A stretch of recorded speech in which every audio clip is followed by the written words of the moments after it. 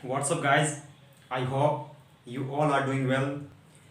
मैं उम्मीद करता हूँ और मुझे इतना पता भी है आप सबसे मेरी बात होती रहती है।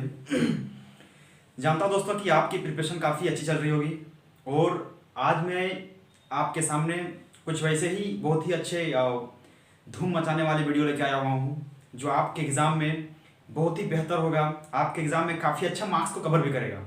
जी हाँ दोस्तों, मैं बात कर रहा हूँ जो आगामी दिनों में जेपीएससी की जो परीक्षाएं आने वाली हैं, 7वीं 8वीं और 9वीं जेपीएससी की जो संयुक्त परीक्षाएं होंगी, इन परीक्षाओं का जो सिलेबस है उसको मैंने काफ़ी अच्छे से स्टडी किया है और उसके स्टडी के अनुसार ही मैंने आपके सामने कुछ वीडियो लाने का प्रयास किया है। और मैं ये महज ये वीडियो जो आएगा ना, मैं आपका हर एक सिलेबस को स्टडी करने के बाद हर एक टॉपिक को टॉपिक वाइज दूंगा, प्रोवाइड कराऊंगा। और जो मैं ये वीडियो बनाने के जा रहा हूँ, इस वीडियो में आपका लगभग पूरी तरह से मैंने प्रयास किया है कि ये वीडियो जो आज का विषय हमारा होगा, ये विषय हमारा है झारखंड में शिक्षण संस्थान, प्रमुख शिक्षण संस्थान। झारखंड में कितने शिक्षण संस्थान हैं जिससे जेपीएससी में जो पीटी स्तरीय परीक्षा होगी उसमें 3 प्रश्न पूछे जाएंगे। जी हाँ दोस्तों, 3 प्रश्न, जिसमें कुल मिला के आपका 6 मार्क्स का कवर किया जाएगा। और इस 6 मार्क्स में आपकी जो एग्जामिनेशन का एक बढ़त है वो काफ़ी अच्छे से आप इसको स्कोर कर सकते हैं। तो देर ना करते हुए हम अपने इस वीडियो को आगे लेके चलते हैं, हम अपने इस पाठशाला को आगे बढ़ाते हैं। आज का जो हमारा क्लास है वो केवल और केवल शिक्षण संस्थान के ऊपर ही फोकस किया जाएगा। तो दोस्तों, मैं उससे पहले कुछ बेसिक चीज़ें बताना चाहता हूँ आपको कि शिक्षण संस्थान झारखंड राज्य का जो निर्माण किया गया है 15 नवंबर 2000 ईस्वी को निर्माण किया गया है। और इसके साथ ही जब इसका निर्माण किया गया था तो ये जितने भी शिक्षण संस्थान है आपके यहाँ पे मैं प्रस्तुत करूंगा, लगभग 90% शिक्षण संस्थान ऐसे हैं जो उस समय के अविभाजित बिहार से ही वो सारे शिक्षण संस्थानों का निर्माण किया गया, स्थापना किया गया। मैं बात करना चाहता हूं अभी जो वर्तमान में जो शिक्षा का जिसे जन्मदाता कहा जाता है वो चार्ल्स ग्रांट को कहा जाता है। जी हाँ दोस्तों, चार्ल्स ग्रांट को शिक्षा का जन्मदाता कहा जाता है। और मैं आपको बताते चलूं जो अभी वर्तमान में झारखंड की जो परिस्थिति है शिक्षा के स्तर पे वो बहुत अच्छा, बहुत खास नहीं है। यहाँ की शिक्षा काफ़ी गुणवत्तापूर्ण होनी चाहिए थी लेकिन वो नहीं है, जिस कारण से अभ्यर्थियों को बहुत ही बेसिक नॉलेज का अभाव हो जाता है। और आज मैं इसी विषय को लेकर के आपके सामने आया हुआ हूं कि झारखंड का जो वर्तमान में पूरे देश भर के तमाम राज्य और केंद्र शासित प्रदेशों को मिलाकर अगर बात करेंगे तो उसमें से भी झारखंड का 31वां स्थान है, 31st रैंक झारखंड में है, झारखंड का है जो पूरे ऑल ओवर इंडिया में, जो कि कह सकते हैं कि अपने जन्मदाता राज्य बिहार से थोड़ा सा स्थिति इनकी अच्छी है। और यहाँ की जो झारखंड की जो ग्रामीण शिक्षा का जो प्रतिशत है वह 61% है और जो शहरी है वह 82% है, यानी 82% है। और यहाँ पे बात करेंगे झारखंड में जो पुरुषों की और महिलाओं की शिक्षा में जो स्थिति है, पुरुषों की शिक्षा की स्थिति काफ़ी बेहतर नहीं है और ना ही महिलाओं की है। फिर भी अगर हम इसके तुलनात्मक अंतर निकालेंगे तो पुरुषों का 76% है और वहीं महिलाओं का 55% है। अगर हम फिर बात करेंगे यहाँ पे राज्यों का जो तुलना करेंगे तो राज्यों में एक बड़ा सा अंतर देखने को मिलता है शिक्षा के क्षेत्र में। तो जी हाँ दोस्तों, मैं बात करना चाह रहा हूँ यहाँ पे कि रांची जिला जिसका शिक्षा का जो प्रतिशत है वो 76% है, तो वही पाकुड़ जिला का बात करेंगे तो पाकुड़ जिला में जो प्रतिशत है शिक्षा का वो केवल 48% है। तो दोनों के बीच में कितना भारी अंतर देखने को मिलता है। तो इन सारे अंतर का कारण क्या होता है, मैं आपको कुछ बीते दिनों के हिस्ट्री के बारे में बताते हुए बताऊंगा कि जब अगर हम बात करेंगे 1991 का तो उस समय झारखंड का जो शिक्षा स्तर था वो केवल 41% था। उसके बाद 2001 आती है तो 2001 में 53% होती है। और फिर वर्तमान का बात करेंगे जनगणना 2011 के अनुसार तो उस समय झारखंड का जो शिक्षा का दर है वो 66.4% होता है। और इस बीच में लगातार ये जो 3 दशक बीते हैं, इन 3 दशक में लगातार 12% का एक जो वृद्धि प्रतिशत दर हुआ है, बस इतना ही हो पाया है। तो इसके पीछे का कारण क्या है मैं बताऊंगा आपको कि लगातार जितने भी इस तरह के शिक्षा में जो पिछड़ापन दिख रहा है, आपस में ही एक बड़ा सा असमानता दिख रहा है, इसका केवल और केवल एक ही कारण है कि झारखंड की जो शिक्षा है वह पूरी तरह से एक विविधात्मक है, जिसमें से शहरी क्षेत्र में और ग्रामीण क्षेत्रों में जो जितने भी यहाँ पे शिक्षण संस्थान हैं, जिसके वजह से यहाँ पे इतना बड़ा अंतर देखने को मिलता है। आइए मैं बात करता हूँ उन शिक्षण संस्थान के बारे में जिनसे जेपीएससी में 3 प्रश्न और 6 अंक बनते हैं। इन सब के बारे में हम लोग अच्छे से चर्चा करेंगे और बात भी करेंगे। सबसे पहले मैंने बात किया यहाँ पे चार्ल्स ग्रांट के बारे में, जो शिक्षा के जन्मदाता रहे हैं। लेकिन इसके बाद हम बात करेंगे कि यहाँ की जो गोस्नर इवेंजेलिकल जो एक सोसाइटी थी, जो लुथरन सोसाइटी थी, उसने सबसे पहले यहाँ पे एक विद्यालय स्थापित किया था झारखंड में, जो 1845 ईस्वी में। जी हाँ, मैं थोड़ा सा हेडिंग लिख दे रहा हूं। हेडिंग हमारा क्या बन रहा है दोस्तों? शिक्षण संस्थान। कहां का? तो झारखंड का। तो ये हम लोग का हेडिंग बन रहा है। तो हम लोगों ने क्या कहा कि 1845 में यहां पे बात कर रहे हैं। तो क्या हुआ कि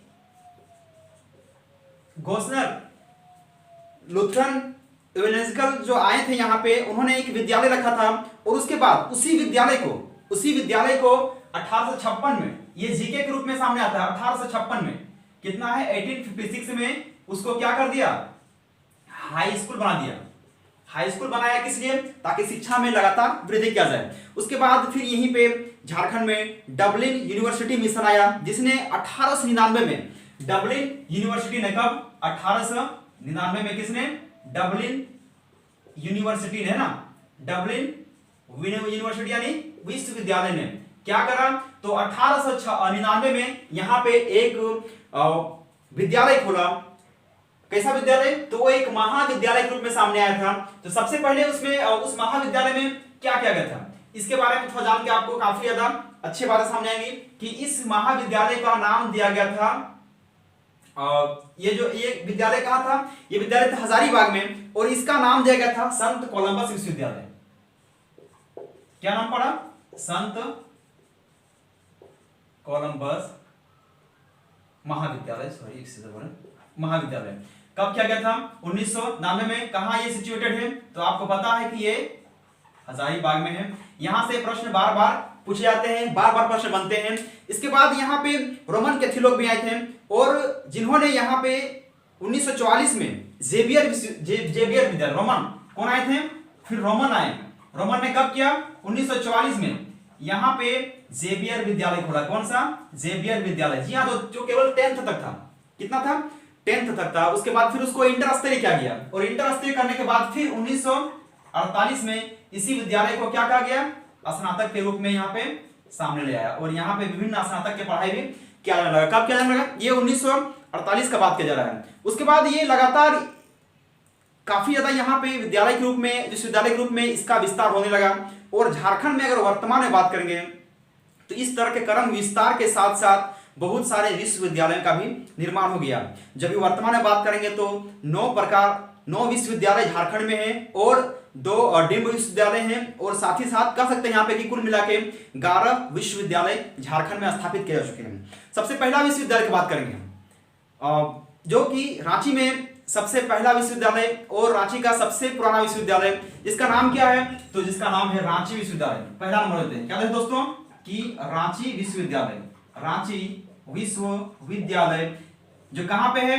जो रांची में ही स्थापित किया गया है। यह विश्वविद्यालय रांची में ही है, और इस विश्वविद्यालय की सबसे बड़ी खास विशेषता यही है कि इस विश्वविद्यालय में अभी 23 स्नातकोत्तर विभाग हैं, और 15 कॉलेज इसमें जुड़े हुए हैं, और साथ ही साथ 49 मान्यता प्राप्त संस्थान भी इसमें जुड़े हुए हैं। इन तथ्यों को लिखना जरूरी, मैंने समझ रहा है इसलिए लिखूंगा नहीं। लेकिन इसकी स्थापना कब की गई थी? इसकी स्थापना 12 जुलाई 1960 में कर दी गई। 12 जुलाई 1960 में कर दी गई। तो इसकी स्थापना किससे किया गया था? तो उस समय जब ये 1960 में था, उस समय झारखंड राज्य का निर्माण तो हुआ नहीं था, जिस कारण से अविभाजित बिहार राज्य से बिहार का जो विश्वविद्यालय था, जो बाबा साहब भीमराव अंबेडकर विश्वविद्यालय से इसको अलग करके इस विश्वविद्यालय का निर्माण करा गया, और जो कि काफी ज्यादा चर्चे में रहा उस समय, काफी ज्यादा इससे वहां के क्षेत्र के लोग लाभान्वित हुए। कह सकते हैं कि छोटा नागपुर के समस्त प्रदेश इससे लाभान्वित हुए थे। और इसका जो मुख्यालय है वो रांची में है, और अभी वर्तमान में इसका जो नाम है वो डॉक्टर श्यामा प्रसाद मुखर्जी के नाम से ये काफी मशहूर है, और अभी इसका नामकरण भी कर दिया गया है, इसका नाम को बदला गया है। दूसरा विश्वविद्यालय की बात करेंगे जो बहुत ही महत्वपूर्ण रहता है हम सबके लिए और आपके लिए। तो ये दूसरा हमारा जो विश्वविद्यालय है इसको क्या बोलेंगे, ये है विनोबा भावे विश्वविद्यालय। क्या है दोस्तों, विनोबा भावे विश्वविद्यालय। इसमें काफी ज्यादा बहुत सारे प्रश्न इसमें छूट बनते हैं हमारे, इसलिए हम सब इसको काफी अच्छे से स्टडी करेंगे। विनोबा भावे विश्वविद्यालय, इसका निर्माण कब किया गया है, तो इसका निर्माण किया गया है 12 सितंबर। कब किया गया है, 12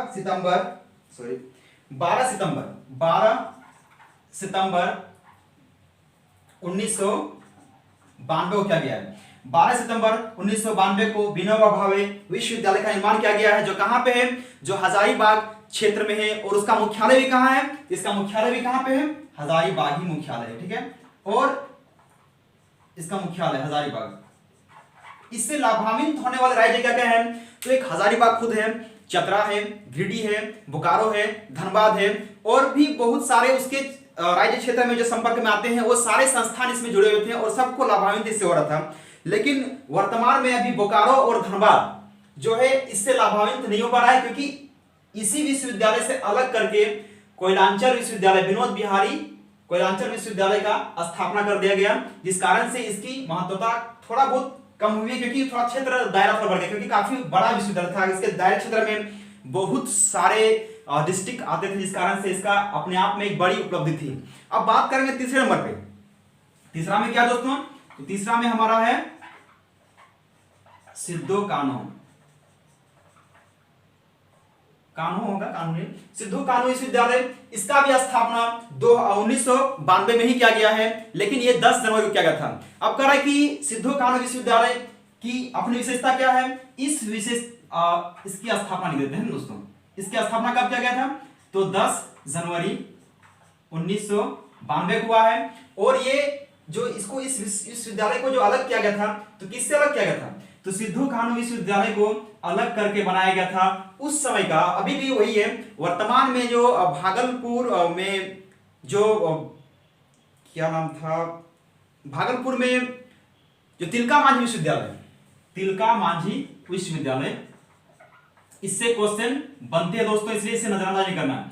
तिलका मांझी विश्वविद्यालय भागलपुर से इसे अलग करके इसका निर्माण करा गया है। और ये सिद्धू कान्हू विश्वविद्यालय की सबसे बड़ी विशेषता यही कि ये जिस समय इसका निर्माण किया गया था उस समय उस क्षेत्र में किसी भी तरह का कोई भी बड़ा संस्थान नहीं था। जब मैं बात कर रहा हूं सिद्धू कान्हू विश्वविद्यालय जो कहां पे है, ये दुमका में है। इसका मुख्यालय कहां पे दोस्तों, इसका मुख्यालय दुमका में है। और इसकी सबसे बड़ी विशेषता इस विश्वविद्यालय की यही है कि दुमका में यह स्थापित होने के बाद समस्त संथाल परगना का क्षेत्र, जितने भी संथाल परगना में आते हैं, आपका साहेबगंज हो गया, गोड्डा हो गया, पाकुड़ हो गया, जामताड़ा हो गया, खुद दुमका भी हो गया, और उधर के सारे संस्थान में शिक्षण संस्थान जितने भी हो रहे हैं सब इसी कॉलेज से जुड़े हुए हैं, इसी विश्वविद्यालय से जुड़े हुए हैं। तीसरा हो गया मेरे दोस्तों। अब चौथा का बात करते हैं। चौथा में क्या है मेरा, चौथा में यही है कि कोल्हान विश्वविद्यालय की बात करते हैं। किसके बारे में, कोल्हान विश्वविद्यालय, जो कि आपके लिए बहुत ही इंपॉर्टेंट होते हैं। कोल्हान विश्वविद्यालय, कोल्हान विश्वविद्यालय ये इंपॉर्टेंट क्यों होता है, क्योंकि कोल्हान विश्वविद्यालय की स्थापना जो है, पहले इसके स्थापना वर्ष के बारे में जान लेते हैं। तो ये जो कोल्हान विश्वविद्यालय है इसकी स्थापना अगस्त 2009 के आसपास किया गया है।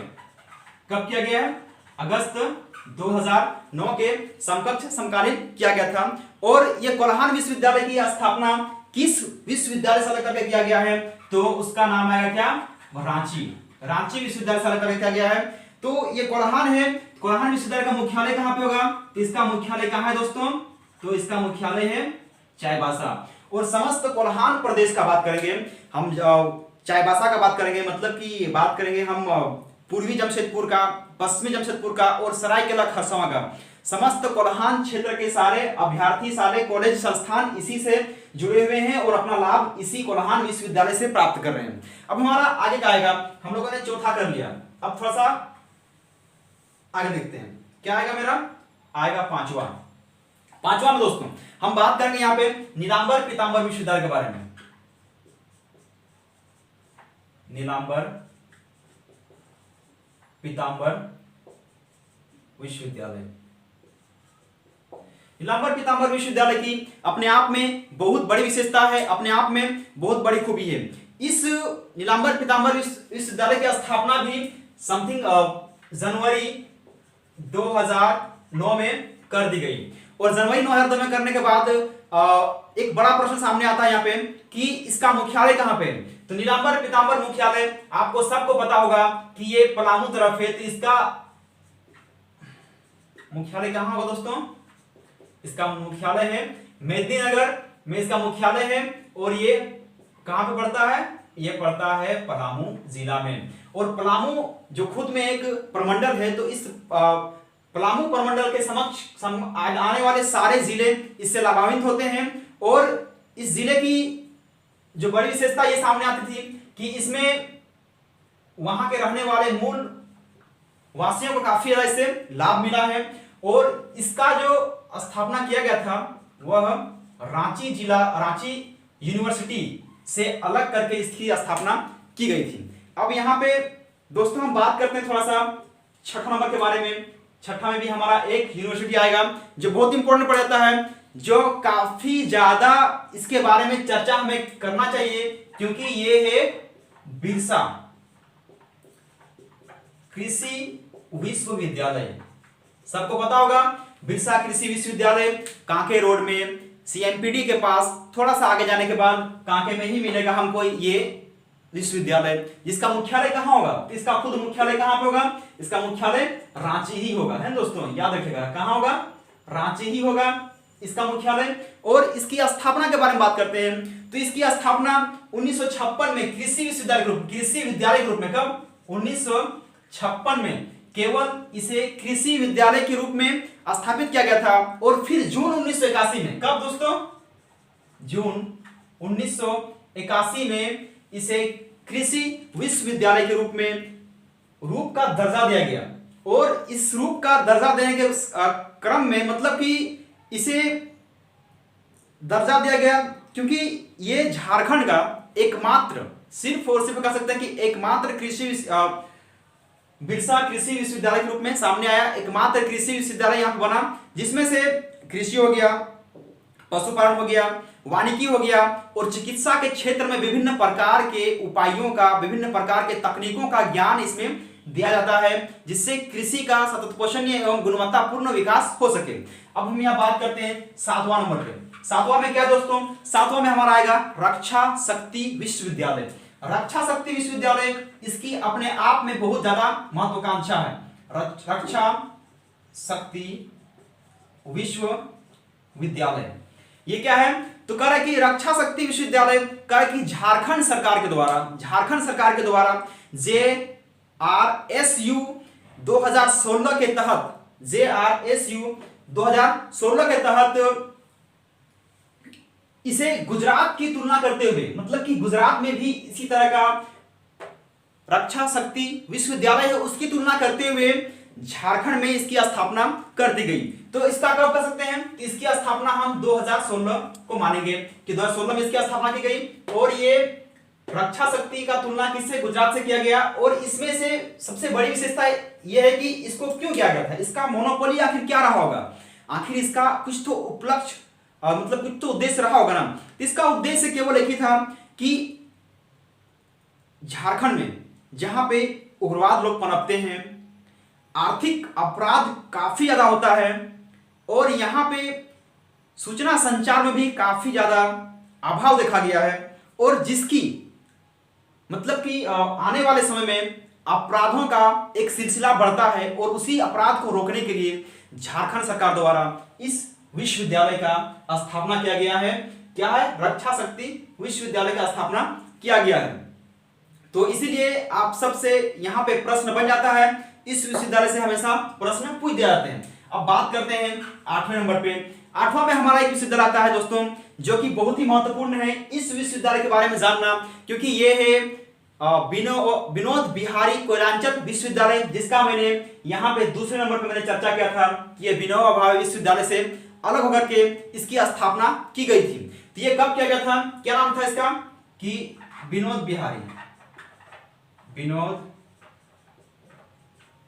बिहारी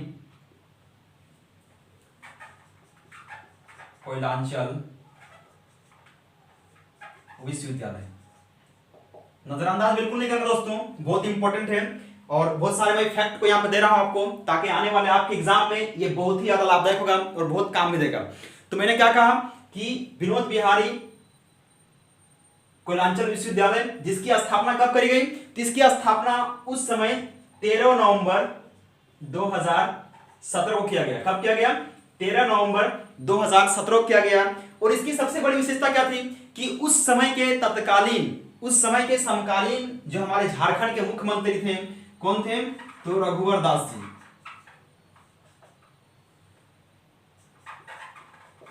दास जी थे, जिन्होंने इसका उद्घाटन किया, इसका शिलान्यास किया।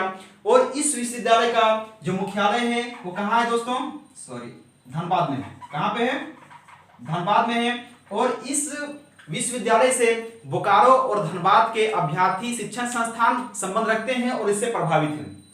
अब हम बात करेंगे यहाँ पे जो 9वां विश्वविद्यालय बन रहा है, जो बहुत ही इंपॉर्टेंट हम सबके लिए बनता है, वो है केंद्रीय विश्वविद्यालय। आप सबको पता होगा दोस्तों कि केंद्रीय विश्वविद्यालय का अपने आप में क्या महत्व है। केंद्रीय विश्वविद्यालय, केंद्रीय विश्वविद्यालय के बारे में बात करते हैं तो कह रहा है कि केंद्रीय विश्वविद्यालय अधिनियम 2009 के तहत, केंद्रीय विश्वविद्यालय अधिनियम 2009 के तहत झारखंड में अनुसंधान एवं सामाजिक, आर्थिक तथा सांस्कृतिक विकास का लक्ष्य लेकर के इन्होंने केंद्रीय विश्वविद्यालय का स्थापना इसलिए किया था ताकि इसके सहयोग से झारखंड के तमाम अभ्यर्थियों को काफी ज्यादा मतलब कि धरातलीय ज्ञान मिल सके। जैसे कि इससे बहुत सारे विश्वविद्यालय का सहयोग लेगा। पहले हम बात करते हैं कि इसका केंद्रीय विश्वविद्यालय का निर्माण कब किया गया। तो मैंने जैसे आपको कहा कि इसका निर्माण 2009 में किया गया है। तो 2009 में इसका निर्माण करने के बाद इसका मुख्यालय कहाँ है, तो दोस्तों इसका मुख्यालय, केंद्रीय विश्वविद्यालय का मुख्यालय रांची में है। और ये एकमात्र विश्वविद्यालय है झारखंड का, और ये अपने तरह का पूरे देश भर में अगर बात करेंगे तो अपने तरह का पूरे देश भर में तीसरा विश्वविद्यालय कर सकते हैं ना। अब यहां पे इसकी इंपॉर्टेंस, इसकी खासियत क्या है, तो यहां हम बात करेंगे जैसे कि चीन हो गया, कोरिया हो गया, यूके हो गया, और कौन सा है, चीन, थाईलैंड,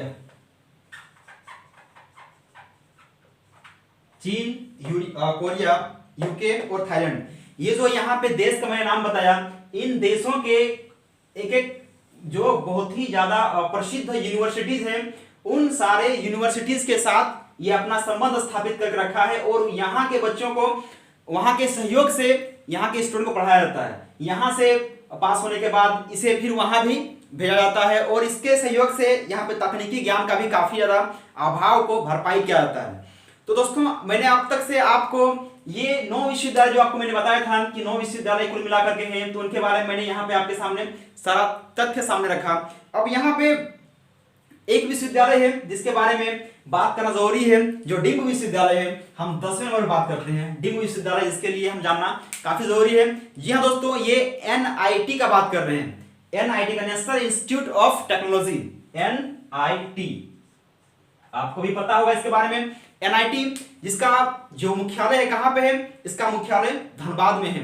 अब कह रहे हैं कि ये 1960 का रीजनल इंस्टीट्यूट ऑफ टेक्नोलॉजी के नाम से एक स्कूल खुला था। क्या था 1960 में, रीजनल टेक्नोलॉजी इंफॉर्मेशन के नाम से एक इंस्टीट्यूट खुला था। अब कह रहे कि जिसका एक बड़ा वृहत रूप के सामने, मतलब कि दिसंबर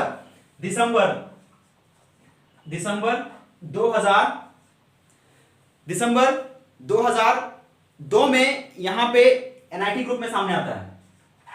कब दोस्तों, दिसंबर 2 में एनआईटी के रूप में सामने आता है और इसे एनआईटी का मान्यता मिलने के बाद ये पूरे राज्य भर में डिम्ब, क्या दोस्तों, डिम्ब विश्वविद्यालय के रूप में प्रसिद्ध हुआ। किस विश्वविद्यालय? डिम्ब विश्वविद्यालय। अब गारवा का बात करते हैं। गारवा के बारे में भी जानना बहुत जरूरी है। गारवा जो है हमारा दोस्तों, ये भी क्या है, ये भी एक आईआईटी है। और क्या है ये, इसको हम आईएसएम के नाम से जानते हैं। क्या है ये? आईएसएम। क्या मतलब हुआ इसका? आईएसएम का मतलब क्या हुआ? तो दोस्तों मैं आपको बता चलूं कि ये जो आईएसएम है, ये केंद्रीय ईंधन अनुसंधान संस्थान, केंद्रीय ईंधन अनुसंधान संस्थान, ये जो यहाँ पे है, सॉरी किस रूप में है, केंद्रीय खनन अनुसंधान संस्थान, केंद्रीय खनन अनुसंधान संस्थान के रूप में आईएसएम है। और कह रहा कि आईएसएम को 2016 में क्या है दोस्तों, 2016 में आईआईटी का दर्जा दिया गया है। 2016 में आईआईटी का दर्जा क्यों दिया गया था? हालांकि इसकी वास्तविक अगर स्थापना का बात करेंगे तो कब हुआ ये 1926 में इसकी स्थापना किया गया आईएसएम का। लेकिन 2016 में इसे आईआईटी का दर्जा दिया गया है, जो कि कह रहा है कि ये उस समय बनाया गया था जब पूरे भारतवर्ष में लॉर्ड इरविन का शासन चल रहा था और लॉर्ड इरविन के माध्यम से ही इस इंस्टीट्यूट का स्थापना करा गया। अब यहाँ पे दोस्तों और ये पूरे भारत में अपने जैसा तीसरा संस्थान है और इसलिए इसकी इंपॉर्टेंस बढ़ जाती है। अब थोड़ा सा हम आगे बात करें दोस्तों, हमारे सामने बहुत सारे ऐसे छोटे छोटे विद्यालय मतलब कि उसी समकक्ष के विश्वविद्यालय के समकक्ष बहुत सारे संस्थान सामने आते हैं, जिसके बारे में हमें जानना बहुत जरूरी होता है। और अगर हम नहीं जान पाते हैं तो हमें इसमें बहुत सारी चीजों को स्किप करने के बाद हमें बहुत सारे एग्जाम में काफी ज्यादा नुकसान हो जाता है। और इससे मैं बात करूंगा पहले कि भारतीय कृषि अनुसंधान संस्थान, आप सबको पता होगा भारतीय कृषि अनुसंधान संस्थान, ये आप सबको पता होगा कि ये बरही हजारीबाग में है। आप सबको पता होगा कि जब माननीय प्रधानमंत्री श्री नरेंद्र मोदी जी जब हजारीबाग आए थे तो इन्होंने वहां पे ये भारतीय कृषि अनुसंधान संस्थान का स्थापना करा। कब करा दोस्तों? तो आपको बताते चले कि उस समय जो तारीख था वो कब था, 28 जून 2015 था और उस समय इसकी स्थापना किया गया था। अपने आप में इसकी विशेषता इसलिए है ना क्योंकि इसे पूर्वी भारत में कृषि क्रांति को लाने के लिए इसका स्थापना यहां पे किया गया था। और ये जब से कृषि अनुसंधान संस्थान हुआ है, झारखंड में समावेशी विकास और एकीकृत कृषि प्रणाली को काफी अच्छा बढ़ावा मिला है, उससे काफी ज्यादा उसको फायदा हुआ है और इसीलिए यही इसका उद्देश्य था। तो ये भी हमारे लिए इंपॉर्टेंट था। देखते हैं अगला पॉइंट क्या आता है हमारा, कि हम इसके बाद बात करेंगे बहुत सारे झारखंड में और भी संस्थान हैं जिसमें से आते हैं बीआईटी के बारे में बात करेंगे। 2 को बीआईटी आता है, आप लोगों को पता होगा। एक क्या है, एक बीआईटी कहां पे है, एक है मेसरा में, दूसरा कहां पे है, दूसरा है सिंदरी में। दोनों की अपनी अपनी खासियत क्या है। बीआईटी मेसरा के बारे में पहले बात करेंगे। बीआईटी मेसरा कह रहा है कि जिसकी स्थापना 1955 में की गई। कब की गई थी? 1955 में की गई थी। और इस बीआईटी मेसरा की सबसे बड़ी खासियत है कि इसमें ये जो है बिरला इंस्टीट्यूट ऑफ टेक्नोलॉजी, अपने नाम से ही समझ में आ रहा है कि ये टेक्नोलॉजी वाला इंस्टीट्यूट है। और ये बीआईटी, इसका क्या होता है, इसका मतलब क्या निकला, बिरला निकला, इसका मतलब बिरसा निकलेगा, ठीक है ना। तो Birsa institute of technology Sindri, जिसमें काफी ज्यादा खाद के बारे में अपने आप में काफी ज्यादा ये फेमस है और चर्चित है। तो ये जो सिंदरी है इसकी स्थापना कब किया गया? तो इसकी स्थापना इससे पहले ही 1949 में कर दिया गया था। तो ये बीआईटी मेसरा और बीआईटी सिंदरी दोनों के बारे में बात करते हैं। तो बीआईटी मेसरा कहां पे है? तो ये है रांची में। और सिंदरी कहां पे है? ये है धनबाद में। बीआईटी सिंदरी से बहुत बार क्वेश्चन पूछ चुका है कि ये आखिर स्थापित इसको कहां पे किया गया था। तो ये कहां पे दोस्तों? ये धनबाद में है। अब यहाँ पे थोड़ा सा हम और भी यूनिवर्सिटी के बारे में बात करेंगे, जैसे कि केंद्रीय ईंधन अनुसंधान संस्थान के बारे में बात करेंगे। एक पॉइंट फिर से आ गया, क्या ये? केंद्रीय ईंधन अनुसंधान संस्थान। केंद्रीय ईंधन अनुसंधान संस्थान की स्थापना 1947 में किया गया था, जिस समय भारत स्वतंत्र हुआ था। और ये कहां पे है? ये है जलमोड़ा में। अब जलमोड़ा कहां है ये तो बताने की आवश्यकता नहीं है, क्योंकि ये सबको पता है दोस्तों। कहां पे ये धनबाद में है, केंद्रीय ईंधन अनुसंधान संस्थान। अब यहां पे कह रहा है कि राष्ट्रीय धातु विज्ञान, जिसके बारे में थोड़ा बहुत कभी कभी क्वेश्चन आता है, पूछता है। तो राष्ट्रीय धातु विज्ञान लिखने का तो आवश्यकता नहीं था, ऐसे कर रहे थे, राष्ट्रीय धातु विज्ञान प्रयोगशाला है ना, क्या दोस्तों, विज्ञान प्रयोगशाला, जिसकी स्थापना कर रहा है कि 1950 में कहां किया गया था, सॉरी जमशेदपुर में किया गया था। और इसीलिए इसका मुख्य काम क्या होता है, ये धातु विज्ञान है, एक प्रयोगशाला है जिसमें विभिन्न प्रकार के प्रयोगों को किया जाता है। अब हम बात करें यहाँ पे कुछ मेडिकल सेक्टर्स के बारे में जाएंगे। मेडिकल में बहुत सारे इंस्टीट्यूट आए हैं झारखंड में, जो अपने आप में काफी ज्यादा मतलब कि प्रसिद्ध है, और जिससे यहाँ के सरकार का और साथ साथ यहाँ के पब्लिक भी काफी ज्यादा से बेनिफिट ले पाया है। तो जिससे हम बात करेंगे यहाँ पे रिम्स के बारे में, रिम्स के बारे में, Rajendra institute of medical and science, यही है। तो कह रहा है कि रिम्स के बारे में बात करेंगे। तो रिम्स की स्थापना कब किया गया? 1960 में। इसका मुख्यालय कहां है दोस्तों? मुख्यालय है रांची में। कहां है? रांची में। अब कह रहा है कि इसी के बाद अगर बात करेंगे हम, जब क्योंकि मेडिकल के बारे में बात कर रहे हैं, तो फिर क्या आएगा? MGM, महात्मा गांधी मेमोरियल, इसकी स्थापना के बारे में बात करेंगे। पहले ये कहां है? तो ये तो है धनबाद में, ठीक है दोस्तों, धनबाद में है। और इसकी स्थापना 1964 में किया गया है। कब किया गया है? 1964 में किया गया है। इसकी इंपॉर्टेंस है अपने आप में, इसलिए याद रखिएगा क्योंकि इससे क्वेश्चन पूछते हैं। उसके बाद फिर क्या आता है? MGM धनबाद में ही है ना, एक मिनट दोस्तों, शायद ये धनबाद नहीं है, ये है जमशेदपुर, ठीक है। अब बात करेंगे पाटलिपुत्र के बारे में। पाटलिपुत्र ये कहां है? ये है धनबाद में, सॉरी मुझे अभी याद आया, ठीक है ना, ये है धनबाद में। इसकी स्थापना कब किया गया है? तो इसकी स्थापना 10 साल के बाद किया गया है, ठीक है ना। तो कब हुआ ये हो गया 74 में। तो अपने आप में इन सब की अपनी अपनी काफी ज्यादा विशेषताएं हैं। कुछ और भी है जो हम रांची में है, जिसके बारे में बात करेंगे। इसे हम लोग आजकल काफी ज्यादा कांके के नाम से जानते हैं। किसी को कुछ हुआ है ना, अगर थोड़ा सा भी कुछ अनाप शनाप या फिर कुछ भी उठपटांग बोला ना, इसको कांके भेज दो, ठीक है ना। कांके भेज दो मतलब कि उस हॉस्पिटलिटी का ही एक नाम पड़ गया है। उस हॉस्पिटल के नाम से, जो अस्पताल बना है उसके नाम से लोग बहुत कम जानते हैं। और पागल खाने का मतलब कांके, इस नाम से वो ज्यादा परिचित है। तो आइए बात करते हैं, ये क्या है? हॉस्पिटल फॉर मेंटल डिजीजेज है दोस्तों। क्या है? हॉस्पिटल, इंग्लिश में जा रहा है, क्या करेंगे? For mental diseases, hospital for mental diseases, जिसकी स्थापना 1918 में किया गया है। कब किया गया है? 1918 में। कहां है ये है रांची, कांके में, बताने की आवश्यकता नहीं है, सबको पता है। अब बात करेंगे यहां पे कुछ मेडिकल इंस्टीट्यूट और भी बच गए हैं, जिसके बारे में बात करेंगे। जैसे कि जो मेडिकल में जो इंपॉर्टेंट था मैंने आपको वो लिखा दिया है। अब कुछ यहां पे इंपॉर्टेंस आते हैं विधि कॉलेज के बारे में। विधि मतलब कि लॉ कॉलेज के बारे में बात करते हैं। तो आप सबको पता होगा कि छोटा नागपुर लॉ कॉलेज, जो काफी ज्यादा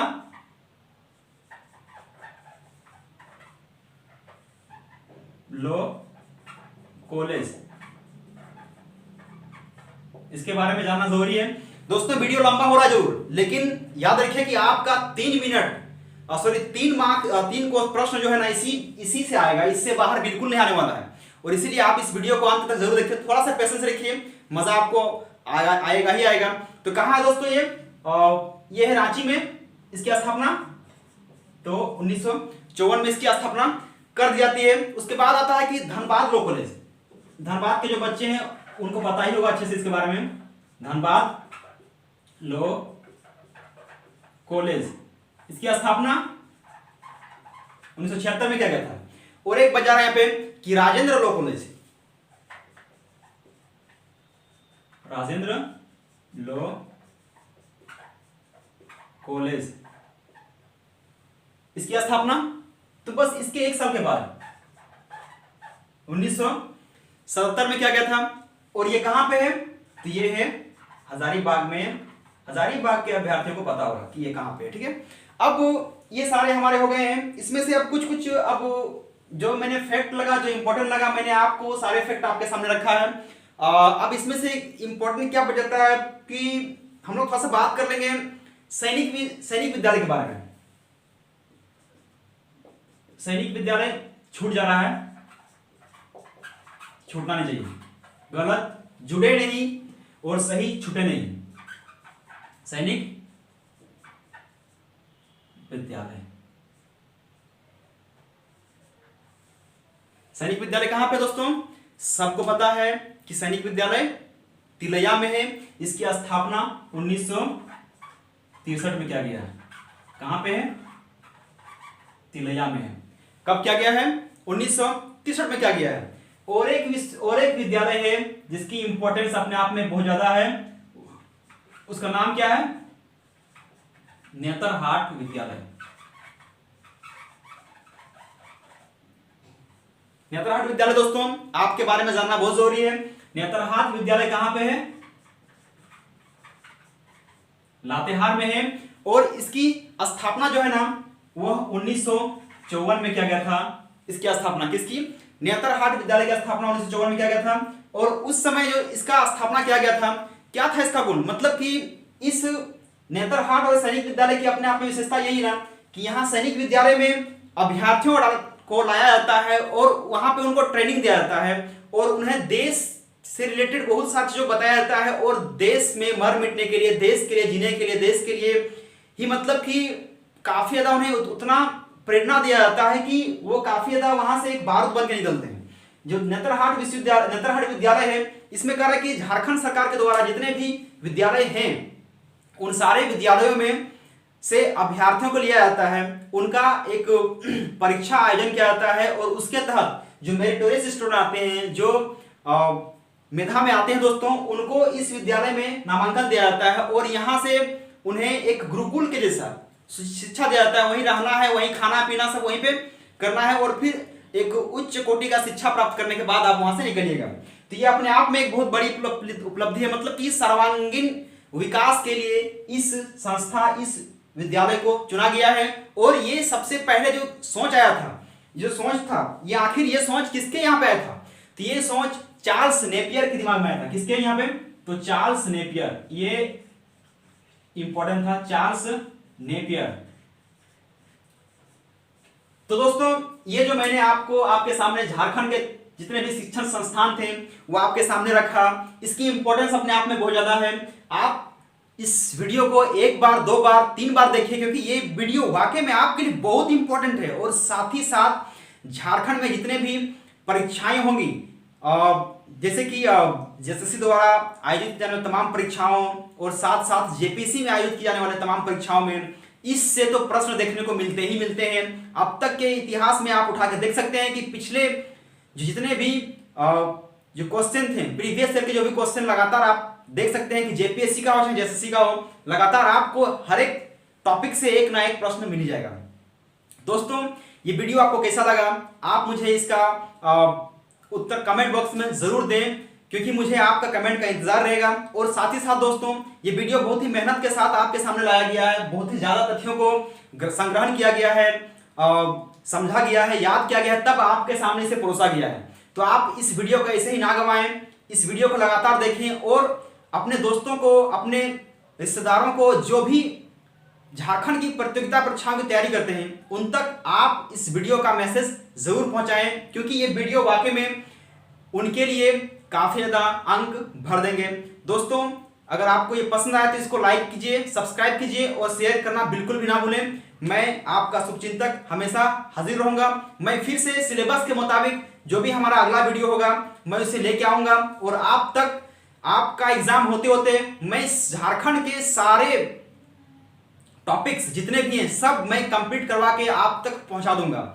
मैंने लगातार पहले वीडियो बनाया था, बीच में मैं थोड़ा सा अंडरग्राउंड रहा। वजह यही था कि मैं काफी चीजों के बारे में अध्ययन कर रहा था। जो तथ्य आपके सामने आए ऐसे ही नहीं आ चुके हैं बहुत सारे अध्ययन के बाद ये सामने आए हैं, बहुत सारी किताबों को छाना गया, अध्ययन किया गया। अध्ययन के दृष्टिकोण से मैं कुछ समय के लिए आपके पलकों से ओझल हुआ था, दूर हुआ था।